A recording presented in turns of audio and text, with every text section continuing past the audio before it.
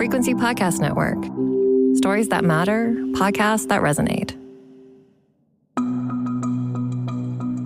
When we think about security for huge global events like the Olympics, our thoughts tend to be about the physical. We probably jump right to past terror attacks on the games and how to prevent those things from happening again. Right now, intelligence services from around the globe are coordinating to do just that. They have reportedly foiled at least one planned terror attack on the Paris Games.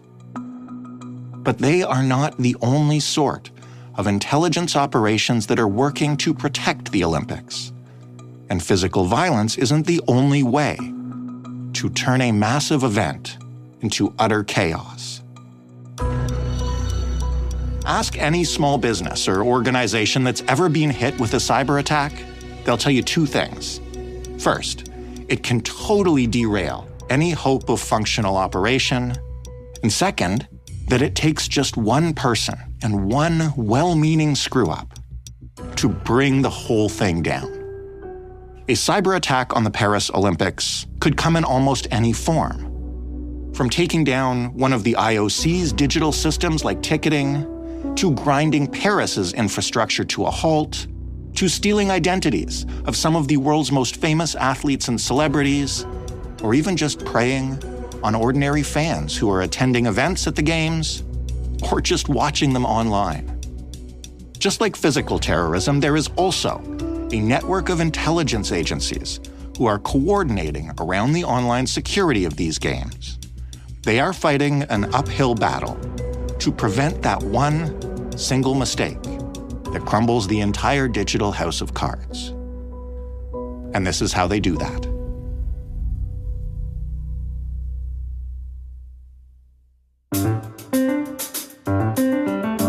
I'm Jordan Heath Rawlings. This is The Big Story. Carolyn Xavier is the chief of the Communications Security Establishment of Canada. Hello, Carolyn. Hello, how are you? I'm doing really well. Thanks for finding some time for us today. Well, thanks for having me. I'm really excited to be here with you today. I'm interested in discussing how broad cybersecurity can be during a massive event like the Olympics, which is obviously like a huge logistical challenge. What does quote unquote cybersecurity for an event like this entail? There's a publication we put out in the month of June because we knew the Olympics were coming, but also because there's major international events that have been going on all around, and we've observed a few things. And as a result of observing a few of these cybersecurity incidents, we thought it was important to put out a publication that warned Canadians and that warned those that are going to be attending events, those that are organizing the events, those that are spectators at these events, because cybersecurity is something as an organization, the Communications Security Establishment, as well as the Canadian Centre for Cybersecurity, worry about a lot. Because cybersecurity doesn't only happen when we're having major events, it happens every day of our life because we're more and more digital as a community and as a society.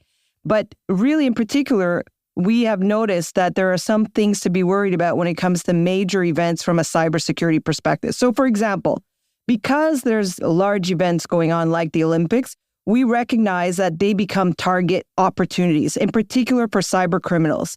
They tend to target large organizations because they are going to have primetime news looking at them. They're going to be televised. And so why not use that opportunity to potentially target local businesses, for example, through areas like business email compromises, is what we call them, or through ransomware attacks. And we want to make sure that individuals themselves recognize that they're targets, not just major businesses. And so this publication really does focus on recognizing that, phishing emails or malicious websites could lure you to locations that you would rather not hang out in. Yeah, what I'd like to understand from a big picture point of view is the different levels to this. So in a little bit, we will talk about personal levels and what people need to be aware of and how to protect themselves, because obviously that's important, to your point, whether you're attending the Olympics or just living your life. But for an organization like the IOC, that has an enormous amount of logistics to coordinate for an event like this. Where are they vulnerable, and what kind of cybercrime are we talking about when we say, it would quote unquote target the Olympics? What does that kind of attack actually look like? Yeah, no. So listen, my focus as the organization as the chief of the communications security establishment, my focus tends to be in cyber threats. But you're absolutely right that when major events like the IOC puts in place an event like the Olympics, they're worried about all kinds of things, from physical threats, national security threats, to the cyber threats that we're talking about today. And in the cyberspace in particular, we assess that things like hacktivists are people that would want to target these international sporting events, for example. And again, very much linked to cybercrime.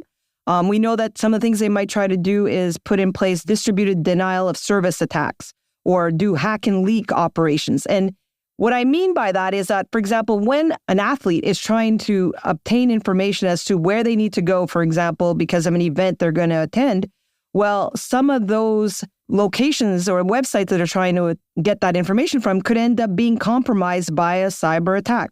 We know that sometimes state-sponsored cyber threat actors are also likely to engage in what we call cyber espionage, really targeting those prominent and high-profile individuals who are attending major international sporting events, and they end up being cyber espionage possible targets because a state actor might want to potentially have the opportunity to collect personal information so they could potentially see that as a way in at a future date.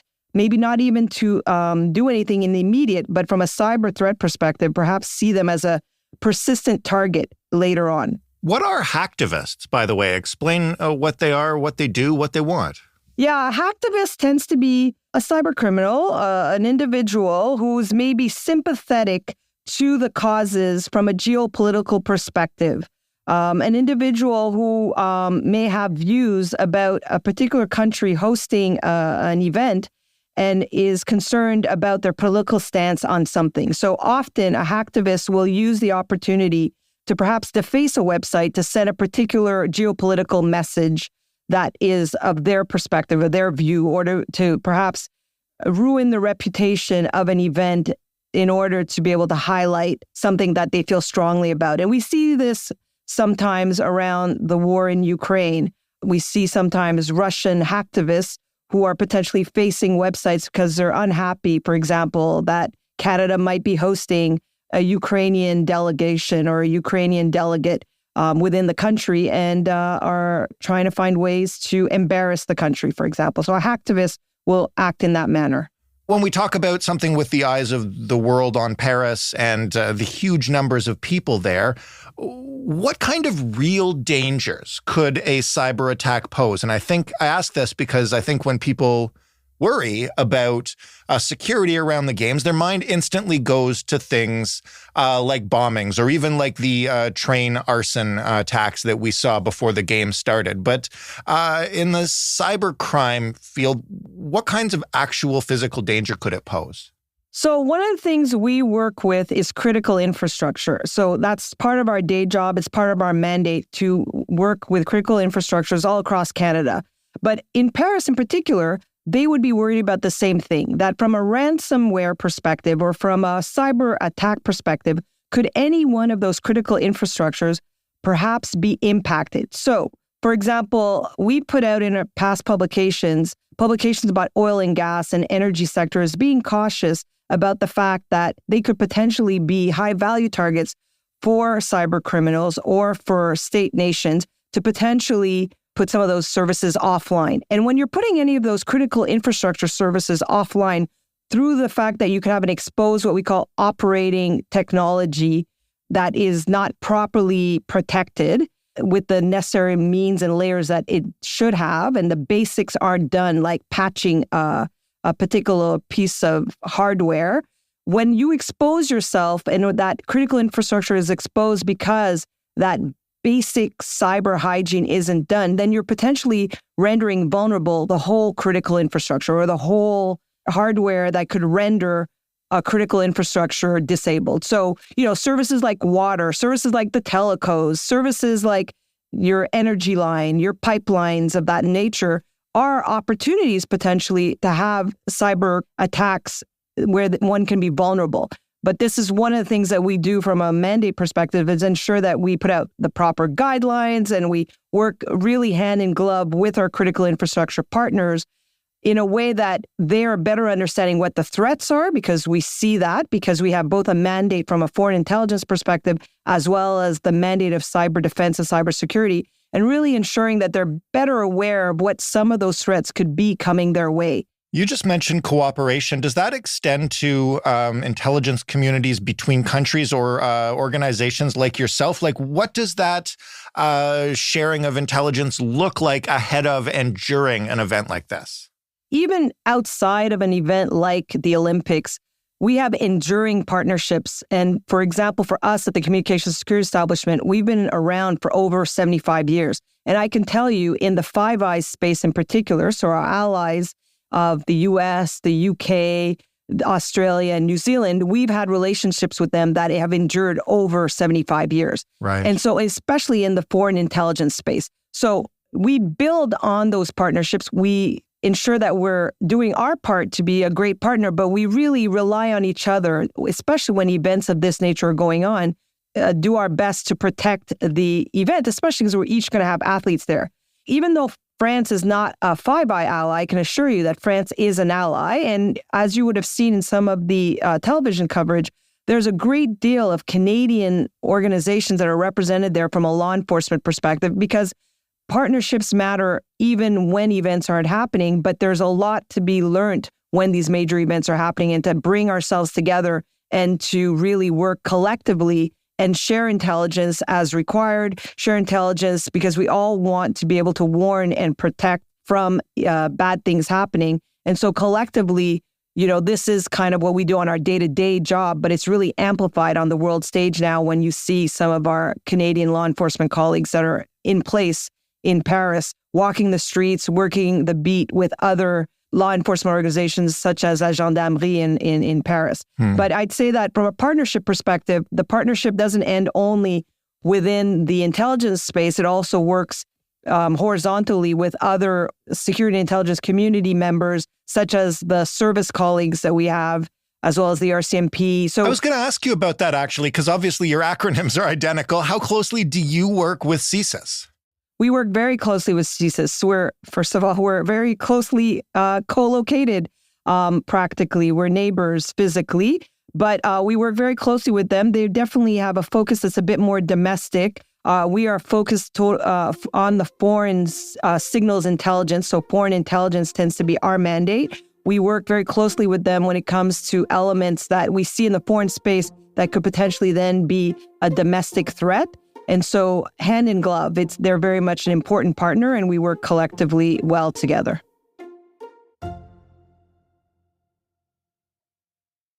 When we talk about these big threats to organizations like the IOC, or even just leaving the Olympics out of it, threats to governments or institutions that have been held for ransomware, what is the preventative medicine that you give to these organizations? You mentioned hygiene a little while ago. I guess I'm trying to get a sense of exactly how these organizations can lock down their systems ahead of an event like the Olympics, or even just ahead of what they might determine to be a turbulent time. So one of the things that we really work hard at is trying to ensure that we're raising cyber resilience. And this is something we really promote in the work that we do, working with private sector, with critical infrastructure, working across government. First of all, we don't like to promote paying the ransom. That is not at all our government stance. It's not our advice. It's not our recommendation. And for a lot of good reasons. And that's probably could be a whole different podcast. But all this to say is that our advice is at least doing the basics. And we outline at least the top 10 things that businesses or organizations should do, which is as simple as patching for one, but there's a whole bunch of other layers of security that we recommend that organizations put in place. But in addition to that, we highly recommend that organizations subscribe to our alerts, subscribe to the publications that we're going to put out, work with us when they have a cyber incident so we can better understand what we call indicators of compromise could be. We also have set up a great deal of governance, both internal to government on how we do our job in protecting Government of Canada systems, but we also have some of this governance set up even with partners in the critical infrastructure. So we have some really long-time established partnerships, especially with our telecommunications organizations here in Canada. We've shown in our most recent annual report the amount of work we've done with the energy sector and the oil and gas sector. There are now an established advisory committee that we're part of. We've done the same with our financial institutions and several other of our critical infrastructure groups, because we recognize that managing cybersecurity and raising that cyber resilience has to be a whole of society and a team sport opportunity.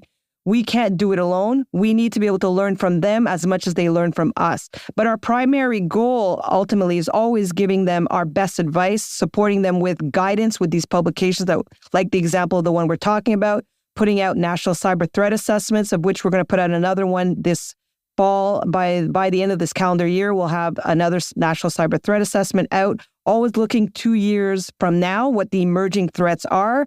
We've just put out our annual report, which has a wealth of information of examples of things we've seen that we're worried about, but also what, as far as we can tell, because ultimately we can't talk about everything because we are a secret organization at the end of the day, trying to do our best to ensure that we're raising that cyber resilience with all the various partners involved. What are some of the things that you have heard from your partners and other intelligence services, as much as you can convey them to us, about potential cyber threats leading up to and during the games? Like, what was the chatter saying? Well, I think like our report indicates, I mean, we're really concerned about the fact that it'll be random things that'll appear on your phone, appear on your email if you're a business organization, that will literally look legitimate to you.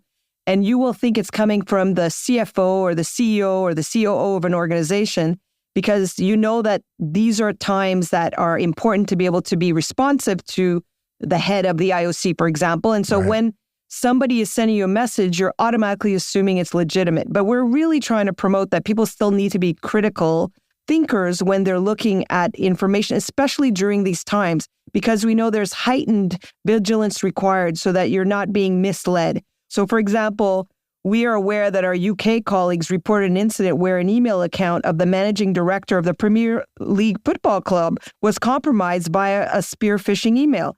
Ultimately, the good news is it was flagged, it was well known, and no transfer was completed in the request for money. But it's just to show you that these things truly are real in the observations that we've seen. So we know that, especially from a fraudulent perspective or a ransomware request, that's where we see the highest volume of threat.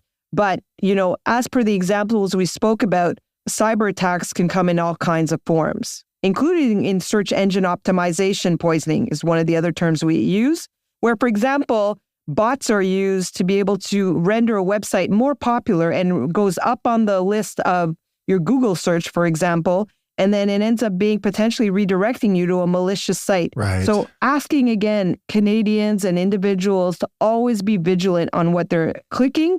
And I think this is a hard thing to do because, as I think you mentioned earlier, or perhaps I heard it on your podcast that you did with Jesse not too long ago, where there's this factor of inconvenience that people want to do things so quickly, but it's when we do things quickly and we're bothered about being inconvenient that sometimes we get ourselves in trouble. How much of a challenge is it, and how do you confront it? This is the thing that keeps coming back to me when it comes to cybersecurity, is like, you can have an organization like the IOC with thousands of members, like the Government of Canada, like the Toronto Public Library in a famous example. These can be huge organizations, but really all it takes in terms of ransomware and cybercrime is like one totally human individual to click the wrong link on an email. Like, it seems like an incredibly difficult challenge to surmount when we look at just the sheer amount of, human frailty. Listen, Jordan, you're bang on. I think this is always what makes me lose some sleep, is the fact that this has to continue to be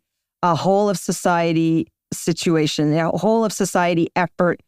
It is not something we can do on our own. And it is sometimes may feel insurmountable, but this is the work we're here to deliver. This is why we work with partners such as Media Smart. That's why we partnered with a company called Canadian Shield, where you can download this on your phone to add another additional layer to protect your phone from cyber attacks. This is why we partner with critical infrastructure in private sectors so that they can also be a mouthpiece on our behalf.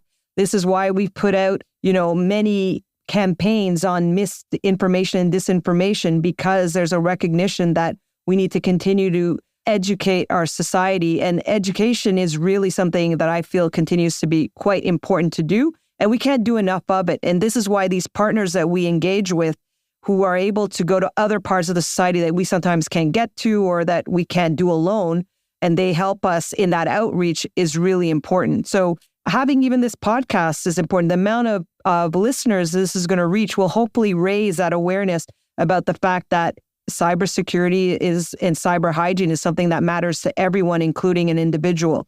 So listen, we make no mistake. We don't fool ourselves that we're going to catch everything. We don't commit to a zero risk game, but we do recognize that if we don't keep talking about it, if we don't keep having these conversations, we're not helping in the education and the awareness. But this is why we are also promoting, and I think this was something I also was happy to hear Jesse Hirsch talk about, because this is well in line with what we've been promoting, is this security by design or the privacy by design. Mm-hmm. Like, this is very much what we want to see happen when people are developing their applications, is really building that in so that it's less dependent eventually on the human always being as vigilant. But let me be clear, vigilance will still always matter. And the layers of security is something we always want to be paying attention to, especially if you're a business, a small business in particular, because we know that sometimes they're the ones that are vulnerable, especially when it comes to the broader supply chain. Well, here's my last question then, because obviously you guys are operating at the very top of the game with your intelligence partners when it comes to this, and you're seeing the emerging threats and responding to them.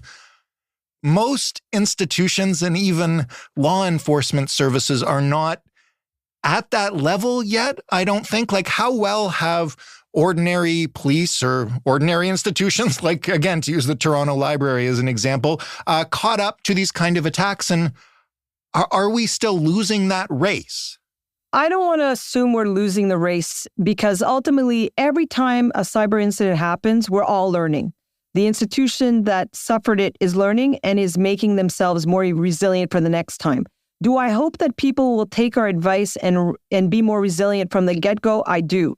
But the reality of it is, we know that there are some organizations that are already overwhelmed with their day-to-day activities, that sometimes cybersecurity isn't front of mind. Mm-hmm. But this is why we continue to work with our provincial and territorial and municipal partners, as well as our Indigenous communities out there, because we know where some of the vulnerabilities are. And we've heard it, in particular from our municipal colleagues, that this is a vulnerability for them. And this is why we'll continue working with them and looking at different ways in which we can look at a regional presence potentially to be there for them or support them in different ways, whether bigger companies can be more supportive of the supply chain. Like, there are different ways in which we can look at how we can improve the national resilience. And this is one of the things we talk about in our national cybersecurity strategy that's in the process of being finalized and being published at some point, because we have to update the version we put out in 2017. But all this to say is that it is a learning every time an institution is hit.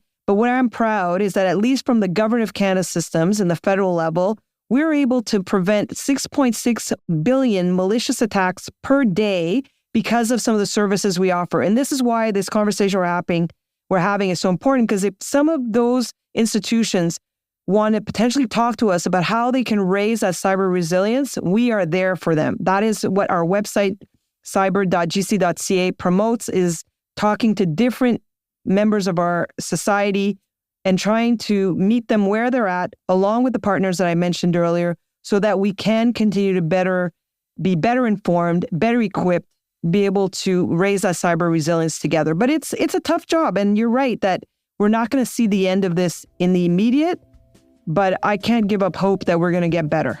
Carolyn, thank you so much for this. Before you go, you mentioned your website. If a listener who's just heard this wants to improve their cyber hygiene, where's the one-stop shop that they can go to learn how to do that? So Get Cyber Safe is one of the ways. You can just type that in the Google link, or cyber.gc.ca. Perfect. Thank you so much for your time. Thank you. Carolyn Xavier, Chief of the Communications Security Establishment of Canada. That was The Big Story. For more, you can head to thebigstorypodcast.ca. You can also shoot us your ideas for stories by emailing us at hello@thebigstorypodcast.ca or by calling us and leaving a voicemail 416-935-5935. You can find The Big Story in any podcast player you like, and of course, on your smart speaker, just ask it politely to play The Big Story podcast. Thanks for listening. I'm Jordan Heath Rawlings. We'll talk tomorrow.